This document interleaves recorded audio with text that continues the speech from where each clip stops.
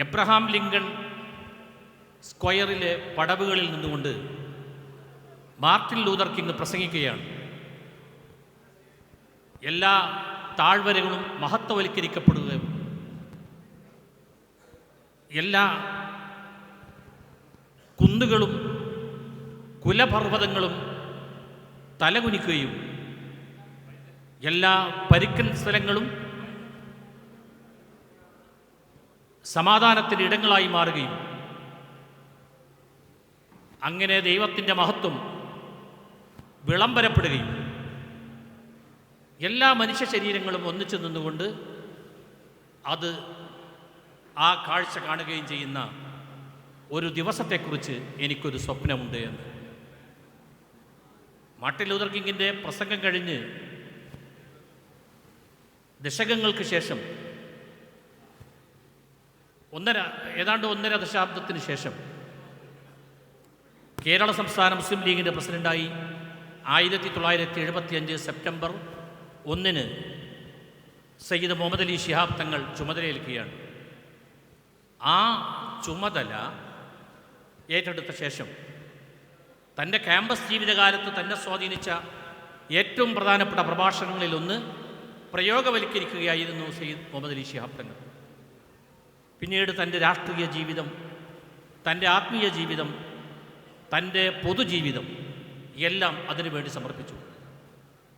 സമൂഹത്തിലെ ഏറ്റവും അധസ്ഥിതിയിൽ കിടക്കുന്നവരുടെ, ഏറ്റവും പിന്നിൽ തലതാഴ്ത്തി നിൽക്കുന്നവർക്ക് വേണ്ടിയാണ് നിങ്ങൾ സംസാരിക്കേണ്ടത് എന്ന് പറഞ്ഞ മഹാത്മജിയുടെ ആ വാക്കുകൾ സമൂഹത്തിലെ ഏറ്റവും പാവപ്പെട്ടവരുടെ, അള്ളാഹുവിൻ്റെ വിധി മറിച്ചൊന്നായിരുന്നുവെങ്കിൽ താനും അതുപോലെ ആവുമായിരുന്നുവെന്ന റസൂൽ തിരുമേനി സല്ലല്ലാഹു അലൈഹി വസല്ലമയുടെ ആഹ്വാനം പോലെ സമൂഹത്തിൻ്റെ ഏറ്റവും താഴെത്തട്ടിൽ കിടക്കുന്നവരെ ഉയർത്തിക്കൊണ്ടുവരിക എന്നുള്ള വലിയ ലക്ഷ്യവുമായി 34 വർഷം തൻ്റെ ദൗത്യം നിറവേറ്റിക്കൊണ്ട് വിട പറഞ്ഞു പോയ ഒരു മഹാപുരുഷൻ്റെ ഓർമ്മ, അതാണ് ഇന്നിവിടെ ഇനിയുള്ള സമയങ്ങളിൽ നടക്കാൻ പോകുന്നത്. ആ ഓർമ്മകൾ പങ്കുവെക്കുകയാണ് പല തലമുറകൾ ഒന്ന് ചേർന്ന് മുസ്ലിം ലീഗിൻ്റെ സമുന്നതരായ നേതാക്കന്മാർ, ഇന്ത്യൻ നാഷണൽ കോൺഗ്രസിൻ്റെ സമുന്നതരായ നേതാക്കന്മാർ, അതുപോലെ മറ്റ് അതിഥികൾ വന്നുകൊണ്ട് അത് സംസാരിക്കുക. മാർട്ടിൻ ലൂതർ കിങ് ചെയ്ത ആ പ്രസംഗത്തിൻ്റെ ആശയ സംഹിതയെ ജോർജിയയുടെ ചുവന്ന കുന്നുകളിൽ പഴയകാല അടിമയുടെ മക്കളും പഴയകാല ഉടമയുടെ മക്കളും കൈകോർത്തു നിന്നുകൊണ്ട് സ്വാതന്ത്ര്യം ആസ്വദിക്കുന്ന ഒരു ദിവസം എന്ന് പറഞ്ഞ ആ ദിവസത്തിന് വേണ്ടിയായിരുന്നു സയ്യിദ് മുഹമ്മദ് അലി ശിഹാബ് തങ്ങൾ പിന്നീടുള്ള കാലം മുഴുവൻ പ്രവർത്തിച്ചത്. രാഷ്ട്രീയത്തിൽ ഒരുപാട് നേതാക്കന്മാർ കടന്നുപോയിട്ടുണ്ട്. അധികാരത്തിൻ്റെ ഉന്നത പദവികൾ അലങ്കരിച്ച് കടന്നുപോയ ഒരുപാട് മഹാമനുഷ്യന്മാരുണ്ട്. പക്ഷേ അവരിൽ നിന്നൊക്കെ വിഭിന്നമായി ഒരധികാര പദവിയും കയ്യിലില്ലാതെ സമൂഹത്തിൻ്റെ ഏറ്റവും താഴെ ശ്രേണിയിൽ കിടക്കുന്ന മനുഷ്യന്മാരെ ഉയർത്തിക്കൊണ്ടുവരിക എന്നുള്ള വലിയ വിപ്ലവം നടത്താൻ സയ്യിദ് മുഹമ്മദ് അലി ശിഹാബ് തങ്ങൾ കഴിഞ്ഞു. അദ്ദേഹത്തിന് ചുറ്റും തിടം വെച്ച് ഓരോ ചൊവ്വാഴ്ച ഉൾപ്പെടെയുള്ള ഓരോ ദിനങ്ങളിലും അവിടെ കൂടിയവർ സമൂഹത്തിലെ ഏറ്റവും പാവപ്പെട്ട ആളുകളായിരുന്നു. ഏറ്റവും പാവപ്പെട്ടവൻ്റെ സങ്കടമെന്ന് പറയാനുണ്ടായിരുന്ന ഇടമായിരുന്നു, അഭയകേന്ദ്രമായിരുന്നു പാണക്കാട്. ജനാധിപത്യ മതേതര വ്യവസ്ഥയിൽ എല്ലാവരും ഒന്നു ചേർന്ന് നിൽക്കുന്ന ഒരു സൗന്ദര്യാത്മകമായ കാഴ്ചയെക്കുറിച്ചാണ് അദ്ദേഹം പറഞ്ഞത്. ആ ജനാധിപത്യ മതേതര വ്യവസ്ഥയ്ക്ക് അപകടം നേരിട്ട സന്ദർഭങ്ങളിലോ തൻ്റെ ഒരു പ്രസംഗം കൊണ്ടോ ഒരു പ്രസ്താവന കൊണ്ടോ തനിക്ക് നല്ല മാർക്കറ്റ് ലഭിക്കുമായിരുന്നു. ഏറ്റവും വികാരവിക്ഷുബ്ധമായി നമ്മുടെ സമൂഹം നിൽക്കുന്ന ഘട്ടത്തിൽ അവിടെ സമൂഹത്തിൻ്റെ ഒഴുക്കിനനുസരിച്ചല്ലാതെ, ജനതയുടെ ഒഴുക്കിനനുസരിച്ചല്ലാതെ ഒഴുക്കിനെതിരെ നിന്നുകൊണ്ട് അദ്ദേഹം ഒരു പ്രസ്താവന പുറപ്പെടുവിക്കുകയാണ്: നിങ്ങൾ ശാന്തരായിരിക്കുക, നിങ്ങൾ സംയമനം പാലിക്കുക എന്ന്. അപ്പോൾ അതിന് മറുപടി വന്നു, ആത്മസംയമനത്തിൻ്റെ താരാട്ടുപാട്ടല്ല സമുദായത്തിന് ആവശ്യമെന്ന്. അപ്പോഴും തങ്ങൾ ശാന്തഭാവത്തിലൊന്ന് ചിരിച്ചതേ ഉള്ളൂ. ആ ചിരി എന്തിനായിരുന്നു എന്ന് വെച്ചാൽ, സയ്യിദ് മുഹമ്മദ് അലി ശിഹാബ് തങ്ങളെപ്പോലെ സമൂഹത്തിൽ ഏറ്റവും സ്വാധീനമുള്ള, എല്ലാ ജനവിഭാഗങ്ങൾക്കിടയിലും സ്വാധീനമുള്ളൊരു വ്യക്തി അന്ന് പ്രകോപിതമായൊരു പ്രസ്താവന ഇറക്കിയിരുന്നുവെങ്കിൽ ആളുകൾ തെരുവിലിറങ്ങുമായിരുന്നു. ആ പ്രസ്താവനയിൽ ഏറ്റവും ചുരുങ്ങിയത് തൻ്റെ അനുയായികളെങ്കിലും തെരുവിലിറങ്ങുമെന്നുള്ളത് ഉറപ്പാണല്ലോ. തൻ്റെ അനുയായികൾ എന്ന് പറഞ്ഞത് ചുരുങ്ങിയത് ന്യൂനപക്ഷ സമുദായത്തിലെ ഏറ്റവും പ്രബലമായ ഒരു രാഷ്ട്രീയ കക്ഷി കൂടി, മതേതര സമൂഹത്തിലെയും കേരള രാഷ്ട്രീയത്തിലെയും മാത്രമല്ല ന്യൂനപക്ഷ സമുദായത്തിലെ ഏറ്റവും പ്രബലമായ കക്ഷി കൂടിയാണല്ലോ മുസ്ലിം ലീഗ്. ആ മുസ്ലിം ലീഗിൻ്റെ അണികൾ തങ്ങളുടെ ഒരു പ്രക്ഷുബ്ധമായ വാക്ക്, ഒരു പ്രകോപിതമായൊരു വാക്ക് കേട്ട് പുറത്തിറങ്ങുമായിരുന്നു. അത് സംഭവിക്കുക എന്ന് പറയുന്നത് പിന്നീട് രാജ്യം കാണാൻ പോകുന്ന ഏറ്റവും വലിയ ഏറ്റുമുട്ടലുകളിലേക്ക് അത് കലാശിക്കും എന്നത് മനസ്സിലാക്കിയാണ് തങ്ങൾ ശാന്തമായൊരു മറുപടി പറഞ്ഞത്. 1948 ജനുവരി മാസം 30-ാം തീയതി വൈകുന്നേരത്തെ വ്യായാമത്തിന് വേണ്ടി ഇറങ്ങിയതായിരുന്നു മൗണ്ട് ബാറ്റൻ പ്രഭു, ഇന്ത്യയുടെ അവസാനത്തെ വൈസ്രോയി, ആദ്യത്തെ ഗവർണർ ജനറൽ. ഗാന്ധിജിക്ക് വെടിയേറ്റിരിക്കുന്നു എന്ന് അദ്ദേഹം തൻ്റെ ബംഗ്ലാവിൽ ചെന്നപ്പോൾ പാറാവുകാരൻ പറഞ്ഞു, ഗാന്ധിജി വെടിയേറ്റ് മരിച്ചിരിക്കുന്നു. അദ്ദേഹം പാറാവുകാരനോട് ചോദിച്ചു, ആരാണത് ചെയ്തത്? തൻ്റെ സെക്രട്ടറി ആയിട്ടുള്ള, തൻ്റെ പബ്ലിക് റിലേഷൻ സെക്രട്ടറി ആയിട്ടുള്ള പോൾ ബെൻ ജോൺസണോട് ചോദിച്ചു, ആരാണത് ചെയ്തത് എന്ന്. ആവോ, എനിക്കറിയില്ല എന്ന് അദ്ദേഹം കൈമലർന്നു. മൗണ്ട് ബാറ്റൻ ഉടൻ ബിർള മന്ദിരത്തിലേക്ക് പോയി. അവിടെ ഒരു പഴംതുണിക്കെട്ട് പോലെ ചുരുണ്ടുകൂടി കിടക്കുന്നു രാഷ്ട്രത്തിൻ്റെ ആത്മാവായ മഹാത്മജി. അദ്ദേഹം ബിർള മന്ദിരത്തിൻ്റെ പടവുകൾ കയറുന്ന നേരത്ത് ആ ആൾക്കൂട്ടത്തിൽ നിന്നൊരു ചെറുപ്പക്കാരൻ വിളിച്ചു പറഞ്ഞു, അതൊരു മുസ്ലിമാണ് ചെയ്തത്, അതൊരു മുസ്ലിമാണ് ചെയ്തത് എന്ന്. പെട്ടെന്ന് മൗണ്ട് ബാറ്റൻ, വൈമാനികനായ സൈനികാധി തലവനായ മൗണ്ട് ബാറ്റൻ തിരിഞ്ഞു നിന്നിട്ട് ചോദിച്ചു, എടോ വിഡ്ഢി, തനിക്കറിയില്ലേ അതൊരു ഹിന്ദുവാണ് ചെയ്തതെന്ന്? അങ്ങനെ അകത്തേക്ക് കയറിപ്പോകുന്ന മൗണ്ട് ബാറ്റനോട് പോൾ ബെൻ ജോൺസൺ ചോദിച്ചു, താങ്കൾക്ക് എങ്ങനെ മനസ്സിലായി അതൊരു ഹിന്ദുവാണ് ചെയ്തതെന്ന്? മൗണ്ട് ബാറ്റൻ പറഞ്ഞു, എനിക്കറിയില്ല ആരാണ് ചെയ്തതെന്ന്, പക്ഷെ ഞാനത് പറഞ്ഞിട്ടില്ലായിരുന്നെങ്കിൽ ഇന്ന് ഡൽഹിയും ഇന്ത്യയും ലോകം കണ്ട ഏറ്റവും വലിയ വംശഹത്യക്ക് സാക്ഷി നിൽക്കേണ്ടി വരുമായിരുന്നു. അത് ഒഴിവാക്കാൻ വേണ്ടി മാത്രമാണ് ഞാനത് പറഞ്ഞത്. പിന്നെയും സമയം കുറേ പിന്നിട്ട ശേഷമാണ് അതാരാണ് ചെയ്തത് എന്ന് ഏതാണ്ട് കുറേ മിനിറ്റുകൾക്ക് ശേഷമാണ് ആരാണ് ചെയ്തതെന്ന് ഓൾ ഇന്ത്യ റേഡിയോ അതിൻ്റെ വാർത്താ ബുള്ളറ്റിനിൽ പറഞ്ഞത്. ഇത് ആര് ചെയ്യേണ്ട ഉത്തരവാദിത്തമാണ് എന്നുള്ളതാണ്.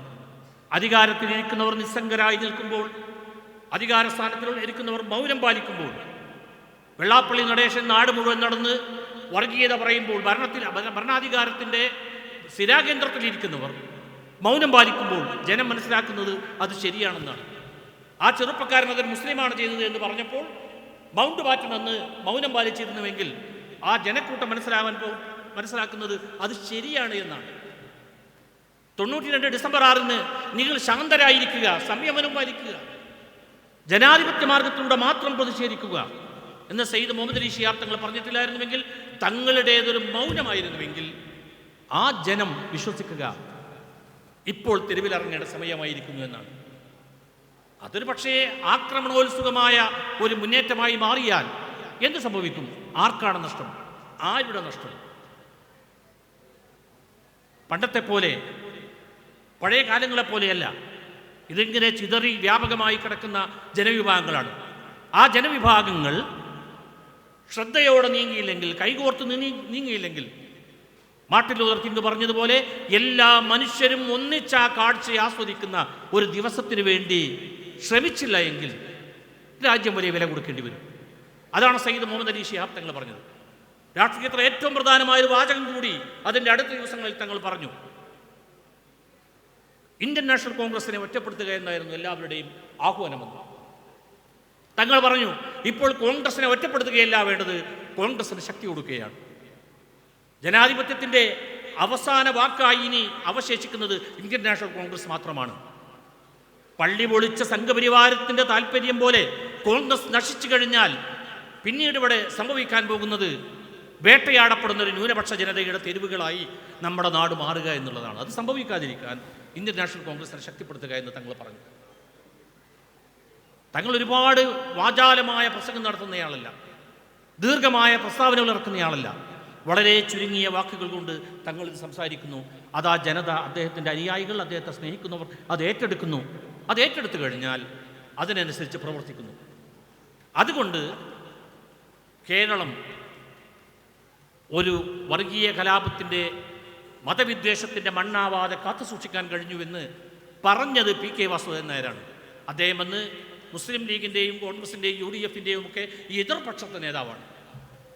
അന്നത് പറഞ്ഞത്, പിന്നീടത് പറഞ്ഞത് മുസ്ലിം ലീഗിനെയും UDF-നെയും നിരന്തരം വിമർശിക്കുന്ന, മുസ്ലിം ലീഗിൻ്റെ നേതാക്കന്മാർക്കെതിരെ ഏറ്റുമുട്ടൽ മാത്രം ഒരു തൊഴിലാക്കി എടുത്തിരുന്ന ഈയിടെ അന്തരിച്ച VS അച്യുതാനന്ദൻ കേരളത്തിൻ്റെ മുഖ്യമന്ത്രിയായിരിക്കുന്ന ഘട്ടത്തിലാണ് സയ്യിദ് മുഹമ്മദ് അലി ശിഹാബ് തങ്ങൾ ഭരിക്കുന്നത്. മലപ്പുറം ടൗൺ ഹാളിന് മുന്നിൽ സയ്യിദ് മുഹമ്മദ് അലി ശിഹാബ് തങ്ങളുടെ ഭൗതികദേഹം ജനലക്ഷങ്ങളുടെ അന്ത്യാഞ്ജലിക്കായി കിടക്കുമ്പോൾ വി എസ് അച്യുതാനന്ദൻ ആ മയ്യത്ത് കാണാൻ വേണ്ടി മൃതദേഹ ദർശനത്തിന് വന്നു. അദ്ദേഹം വന്നു, കണ്ട് തിരിഞ്ഞു നിൽക്കുന്ന പാടെ തന്നെ മാധ്യമപ്രവർത്തകരോടെ നിൽക്കുന്നു. മാധ്യമപ്രവർത്തകരുടെ മുമ്പിൽ തങ്ങളുടെ മൃതദേഹത്തിന് മുമ്പിൽ കൈകൂപ്പി നിന്ന വി എസ് ആ കൈകൂപ്പിയ നിലയിൽ തന്നെ തിരിഞ്ഞു നിന്നുകൊണ്ട് മാധ്യമപ്രവർത്തകരോട് പറഞ്ഞു, പ്രതികരണം ചോദിച്ചവരോട്, മതേതരത്വത്തിനു വേണ്ടി മരണം വരെ പോരാടിയ മനുഷ്യനാണ് നഷ്ടപ്പെട്ടിരിക്കുന്നത് എന്ന്.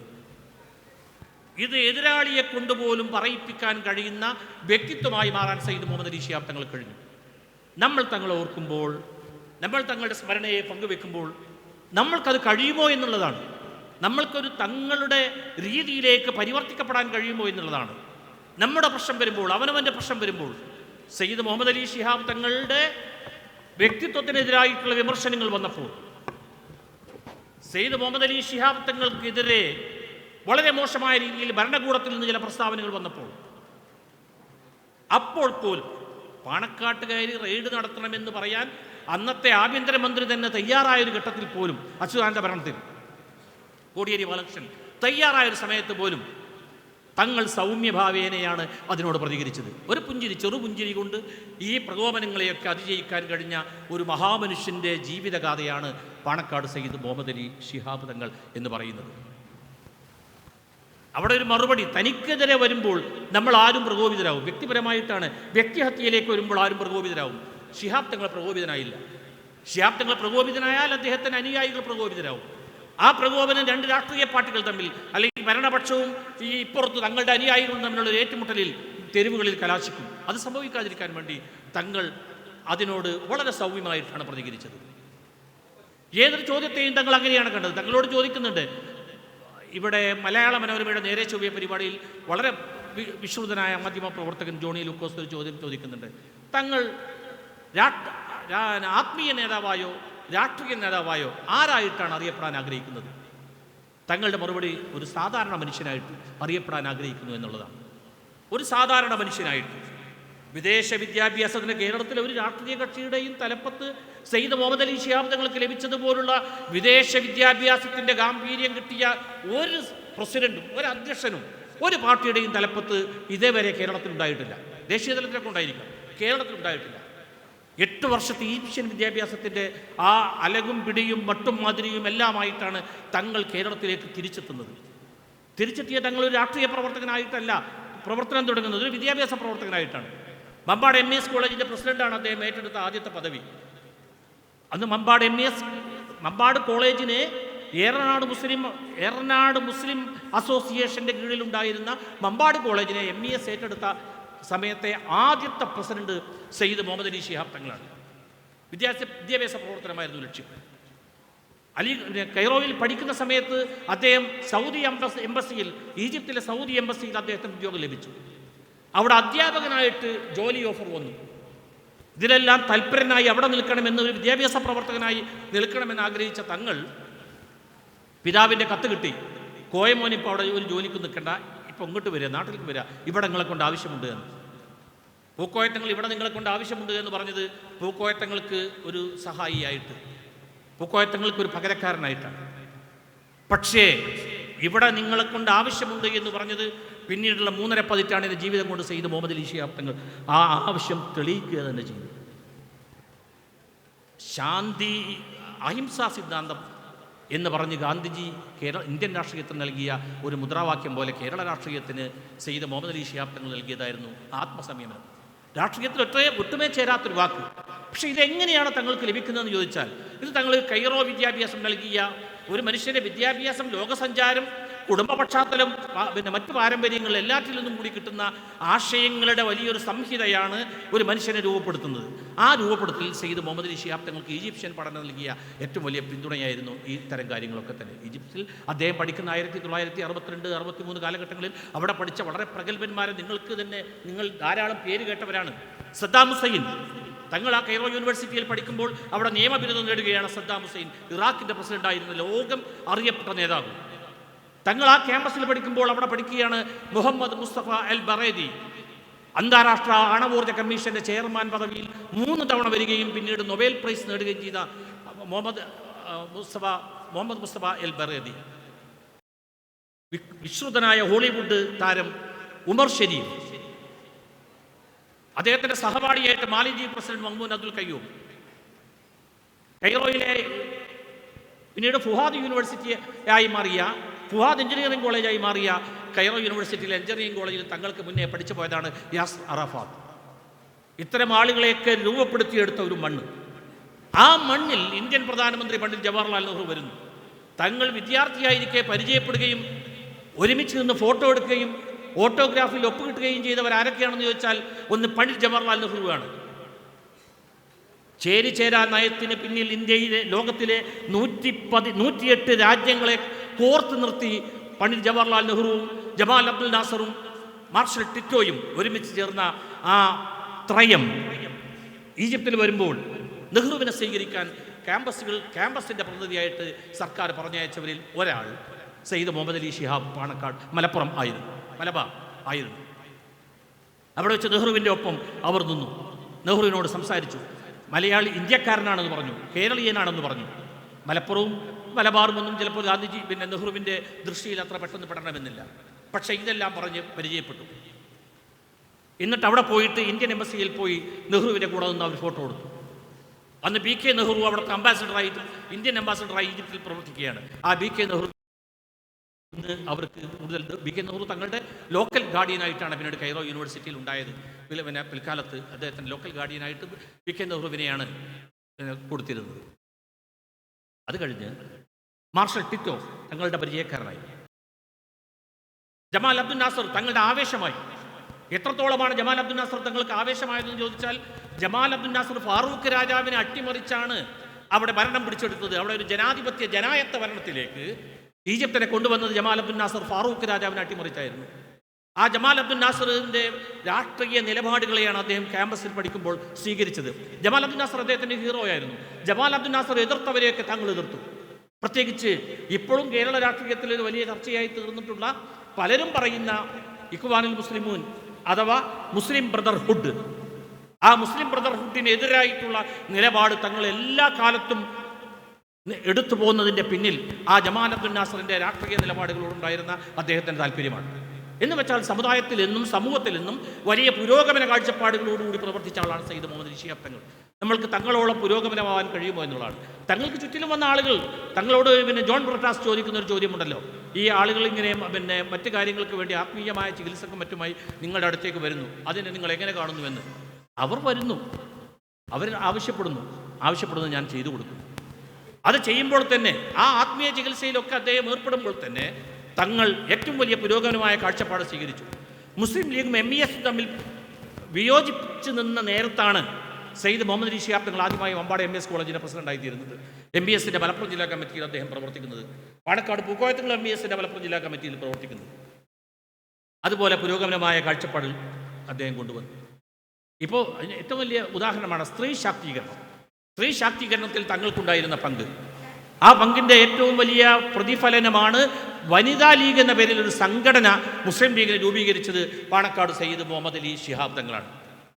വനിതകളെ സംഘടിപ്പിക്കുകയോ വനിതകൾ ഇങ്ങനെ പൊതുരംഗത്ത് ഇങ്ങനെ ഇറങ്ങിപ്പുറപ്പെടുന്നത് അതൊരു തെറ്റായ പ്രവണതയാണ് എന്ന് സമൂഹത്തിൽ പലർക്കും തോന്നിയ നേരത്ത് അവർക്കൊരു സംഘടന വേണമെന്നും ആ സംഘടനാ രൂപം അനിവാര്യമാണ് എന്നും തിരിച്ചറിഞ്ഞ് അത് തങ്ങളുടെ കാലത്ത് തന്നെ തീരുമാനിച്ചു എന്നുള്ളതാണ്. നമ്മൾ ചില സംഗതികളുണ്ട്. ഏതൊരു പാർട്ടിയെ സംബന്ധിച്ചും അതിൻ്റെ ആചാര്യന്മാരുണ്ട്. ആ ആചാര്യന്മാരിൽ മുസ്ലിം ലീഗിനെ സംബന്ധിച്ചിടത്തോളം അതിൻ്റെ ഒരു പരമാചാര്യനാണ് ഖായിദെ മില്ലത്ത് മുഹമ്മദ് ഇസ്മായിൽ സാഹിബ്. എന്ന് വെച്ചാൽ CH പറയും, ഈ അഹമ്മദ് സാഹിബ് പാകിസ്ഥാനിലെ ഒരു വിസിറ്റിനുള്ള സന്ദർശനത്തിന് സൗകര്യം വന്നപ്പോൾ CH മുഹമ്മദ് സാഹിബിനോട് പറഞ്ഞു, ഇങ്ങനെ പാകിസ്ഥാനിൽ ഒരു സന്ദർശനത്തിന് എനിക്കൊരു അവസരം വന്നിരിക്കുന്നു, ഞാൻ എന്താണ് ചെയ്യേണ്ടത് എന്ന്.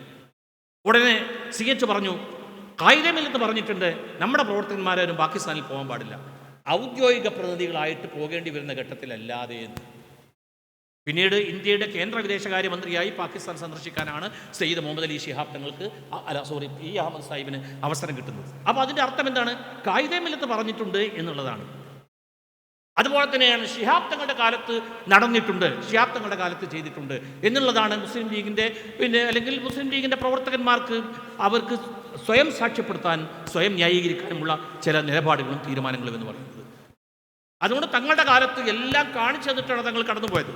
മുസ്ലിം ലീഗിനെ സംബന്ധിച്ചിടത്തോളം ഒരു പഞ്ചായത്ത് മെമ്പർ പോലും ആകുമെന്ന് കരുതി നിങ്ങളാരും മുസ്ലിം ലീഗിൽ ചേരേണ്ടതില്ല എന്ന് പറഞ്ഞ് എല്ലാവരും അവരെ നിരുത്സാഹപ്പെടുത്തിക്കൊണ്ടിരുന്ന ഒരു ഘട്ടത്തിൽ, ആ ഘട്ടത്തിൽ നിന്ന് സയ്യിദ് മുഹമ്മദ് അലി ശിഹാബ് തങ്ങൾ കാണിച്ചത് ഒരു പഞ്ചായത്ത് മെമ്പറോ പഞ്ചായത്ത് പ്രസിഡന്റോ MLA കേവലം ഒരു മന്ത്രിയോ മാത്രമല്ല, ഒരു മുസ്ലിം ലീഗുകാരന് കേരളത്തിൻ്റെ മുഖ്യമന്ത്രിയാവാൻ കഴിയുമെന്നും കേന്ദ്രമന്ത്രിയാവാൻ കഴിയുമെന്നും കാണിച്ചു തന്നിട്ടാണ് സയ്യിദ് മുഹമ്മദ് അലി ശിഹാബ് തങ്ങൾ വിടവാങ്ങിയത് എന്നുള്ളതാണ്. ചരിത്രത്തിലെ മുസ്ലിം ലീഗിൻ്റെ ജയപരാജയങ്ങളുടെ എല്ലാ കാലത്തും തങ്ങൾ അതിന് സാക്ഷിയായി നിന്നു. 15 ലോക്സഭാ തെരഞ്ഞെടുപ്പിൽ മുസ്ലിം ലീഗിന് ഒരു രാഷ്ട്രീയ സവിശേഷതയുള്ളത് 1952 ഒന്നാം പാർലമെൻറ്റ് തൊട്ട് ഇന്നേ വരെയുള്ള ലോക്സഭകളിൽ കേരളത്തെ പ്രതിനിധീകരിച്ച് എല്ലാ ലോക്സഭയിലും പ്രതിനിധി ഉണ്ടായിട്ടുള്ള ഒരേ ഒരു കക്ഷി എന്ന് പറയുന്നത് ഇന്ത്യൻ യൂണിയൻ മുസ്ലിം ലീഗ് മാത്രമാണ്. അതിൽ തങ്ങൾ മരിക്കുമ്പോൾ 15 ലോക്സഭകളാണ് കടന്നുപോയത്. ആ 15 ലോക്സഭയിൽ 10 മുസ്ലിം ലീഗിനെ നയിച്ചത്, 10 തെരഞ്ഞെടുപ്പിലും മുസ്ലിം ലീഗിനെ നയിച്ചത് സയ്യിദ് മുഹമ്മദ് അലി ശിഹാബ് തങ്ങളായിരുന്നു. ഒരിക്കൽ പോലും അധികാരം ആശിക്കാതെ, പ്രസിദ്ധി ആഗ്രഹിക്കാതെ, തൻ്റെ ഒരു സ്വാർത്ഥമായ താല്പര്യങ്ങൾ ഒരിക്കൽ പോലും ഇതിൽ ഉപയോഗപ്പെടുത്താതെ സയ്യിദ് മുഹമ്മദ് അലി ശിഹാബ് തങ്ങൾ മറ്റുള്ളവർക്ക് വേണ്ടി ഒരുങ്ങിത്തീരുകയായിരുന്നു, മറ്റുള്ളവർക്ക് വേണ്ടി ജീവിക്കുകയായിരുന്നു. അദ്ദേഹം സമൂഹത്തിലെ ഏറ്റവും, ഞാൻ ആദ്യമേ പറഞ്ഞതുപോലെ, ഏറ്റവും ദുരിതമനുഭവിക്കുന്നവരാരോ അവരായിരുന്നു തങ്ങളെ കണ്ണിലുണ്ടായിരുന്നത്. അവർക്ക് വേണ്ടിയാണ് തങ്ങൾ ജീവിച്ചത് തന്നെ. ഇത്രയധികം പാവപ്പെട്ടവർക്ക് ഇടം വെച്ച് നിന്ന നമ്മളിപ്പോൾ എത്ര പാവങ്ങളുടെ പടത്തലവൻ എന്ന് ആരെ മുദ്രാവാക്യം വിളിച്ചാലും ഇത്രയധികം പാവപ്പെട്ടവർ വന്ന് അവരുടെ സങ്കടങ്ങൾ പറഞ്ഞ മറ്റൊരു നേതാവില്ല. സയ്യിദ് മുഹമ്മദ് അലി ശിഹാബ് തങ്ങളെ സംബന്ധിച്ചിടത്തോളം അദ്ദേഹത്തിൻ്റെ ജീവിതത്തിലെ ഏറ്റവും വലിയ സംഭാവന എന്ന് ചോദിച്ചാൽ അതിൻ്റെ വലിയ ഉത്തരങ്ങളിൽ പല ഉത്തരങ്ങളുണ്ട്. ആ ഉത്തരങ്ങളിൽ ഒന്നാണ് ഏറ്റവും അധികം കുടുംബങ്ങളെ കൂട്ടിയിണക്കി എന്ന് പറയുന്നത്. എത്ര കുടുംബങ്ങളെയാണ് തങ്ങൾ കൂട്ടിയിണക്കിയത്? എത്ര കുടുംബങ്ങൾ തമ്മിൽ അകന്നു പോകുമായിരുന്നു. നമ്മൾക്ക് സാമ്പത്തികമായ മെച്ചം സമൂഹത്തിൽ ഉണ്ടായി തുടങ്ങുന്നിടത്തോളം ആളുകൾ സാമ്പത്തിക മെച്ചം ഉണ്ടാവുകയും ഭൗതികമായ സൗകര്യങ്ങൾ കൂടുകയും ചെയ്യുന്നിടത്തോളം കുടുംബ ബന്ധങ്ങളിൽ ശിഥിലീകരണം സംഭവിച്ചു തുടങ്ങി. ആ കുടുംബ ശൈഥില്യങ്ങളിൽ ഇവർക്ക് പോയി പറയാനുള്ള അവസാനത്തെ അത്താണിയായിരുന്നു. നീതിന്യായ സ്ഥാപനങ്ങളിലൂടെ അലഞ്ഞു നടന്നിട്ടും തീരുമാനമാകാത്ത കേസുകളാണ് പാണക്കാട് ചെന്ന് പരിഹാരമായിരുന്നത്. അതിന് കേരളത്തിൻ്റെ നീതിന്യായ സ്ഥാപനം തന്നെ സാക്ഷിയാണ്. ഇപ്പോൾ പറമ്പിൽ പീടികയിലെ ഇംതിയാസുൻ നിസയും വേങ്ങര കൂരിയാടുള്ള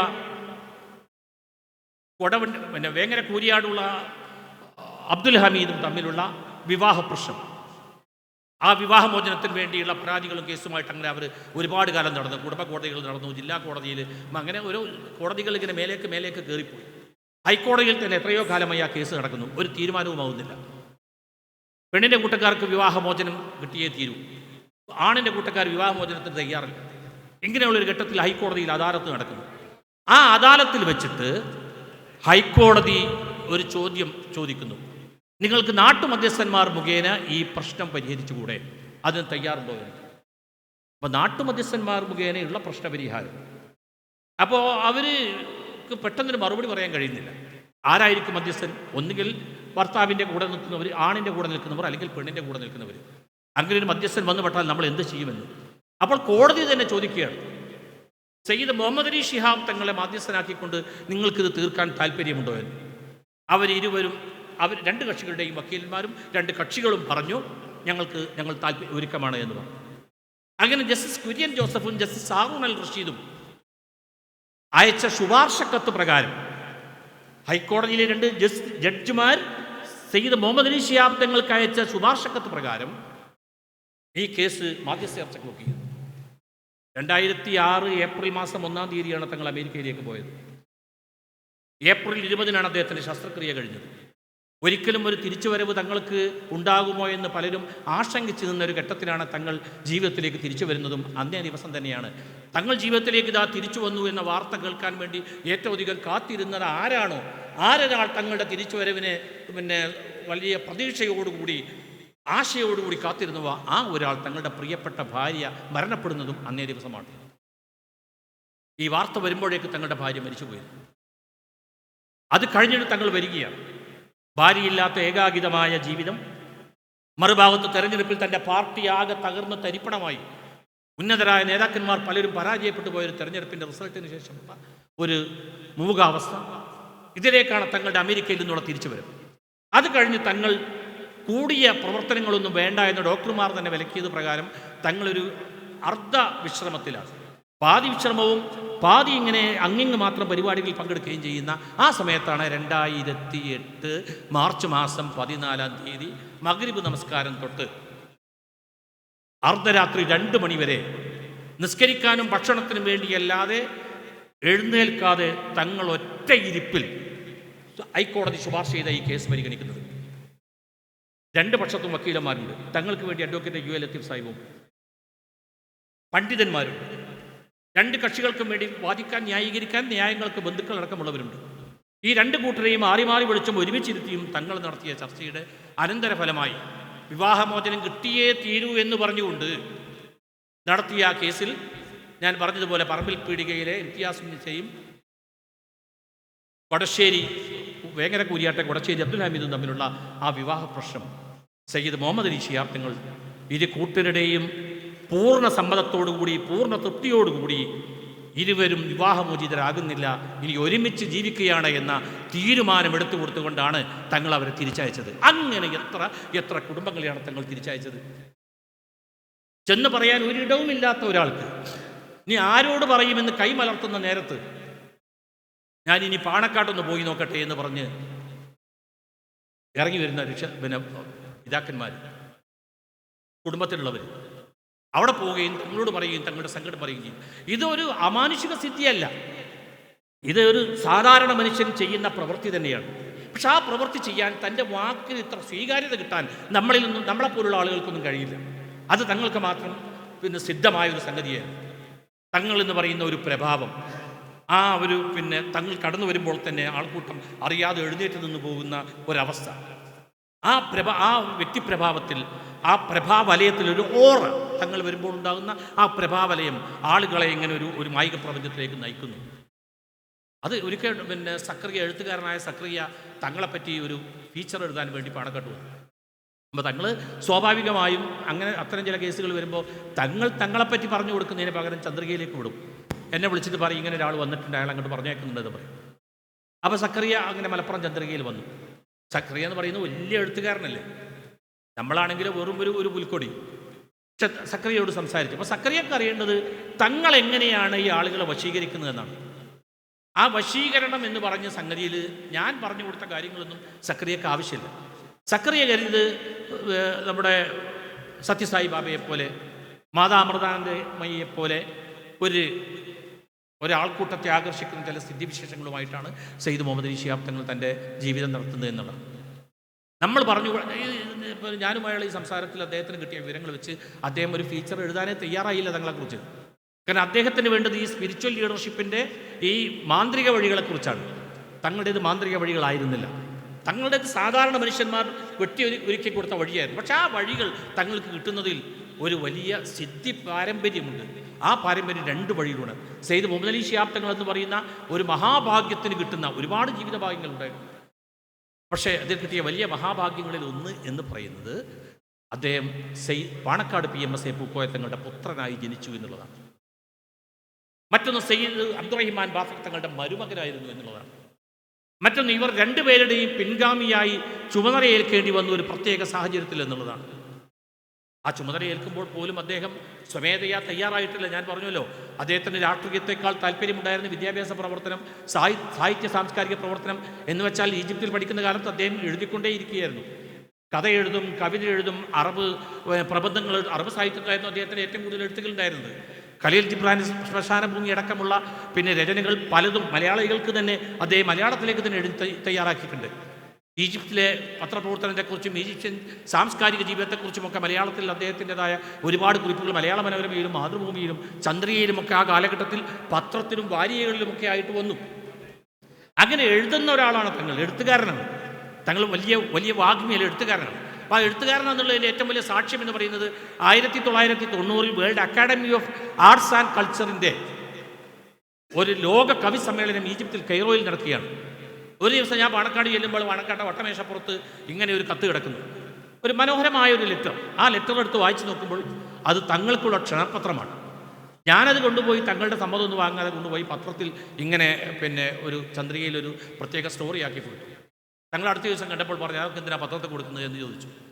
പക്ഷേ തങ്ങൾ അങ്ങനെ ക്ഷണിക്കപ്പെടുന്ന ലോക കവി സമ്മേളനത്തിൽ ക്ഷണിക്കപ്പെടാൻ മാത്രം പ്രാപ്തനായ ഒരു കവിയായിരുന്നു പാണക്കാട് സയ്യിദ് മുഹമ്മദ് അലി ശിഹാബ് തങ്ങൾ എന്നത് മലയാളികൾക്ക് അത്ര പരിചിതമായ സംഗതിയല്ല. അങ്ങനെ തൻ്റെ പ്രതിഭ എല്ലാ മേഖലയിലും നിറഞ്ഞു നിന്ന ആ പ്രതിഭ കൊണ്ട് ഇത്രയും പ്രതിഭയുള്ള ഒരാൾ, അധികാരം വെളിപ്പുറത്തുള്ള ഒരാൾ, പക്ഷേ ചെയ്തത് മുഴുവൻ ഏറ്റവും പാവപ്പെട്ടവർക്ക് വേണ്ടി ജീവിക്കുക എന്നുള്ളതാണ്.